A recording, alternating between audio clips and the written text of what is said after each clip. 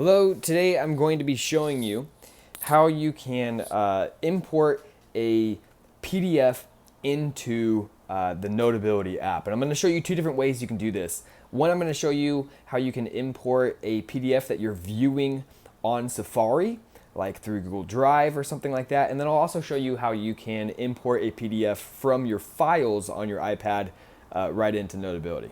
Okay, so here we go. I have this PDF that I'm viewing here. And if I want to import this into Notability, then what I want to do is I want to select the share icon in the upper right hand corner. And it's going to bring up these menus here. And I can share to any one of these apps here. Okay.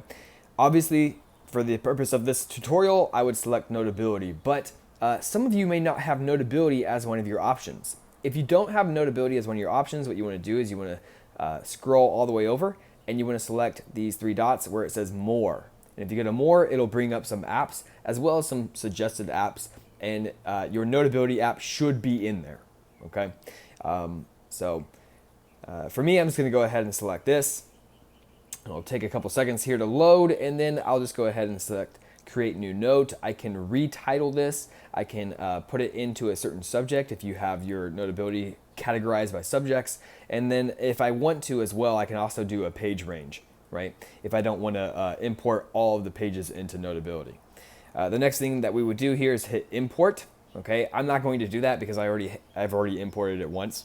So that is how you can import it when you're viewing a PDF online, like through Safari. This is actually a Google Doc that I'm looking at that's in PDF format. But the other way that you can do this is you can go right into your Files app, and let's say that you have a PDF within your files. Well, if you're viewing it from your files, you're actually automatically going to get this little toggle up here that says Open in Notability. Okay, so you can either tap in Open in Notability, and if for some reason if it's not there, you can actually again hit the share button and follow the same steps that I just showed you.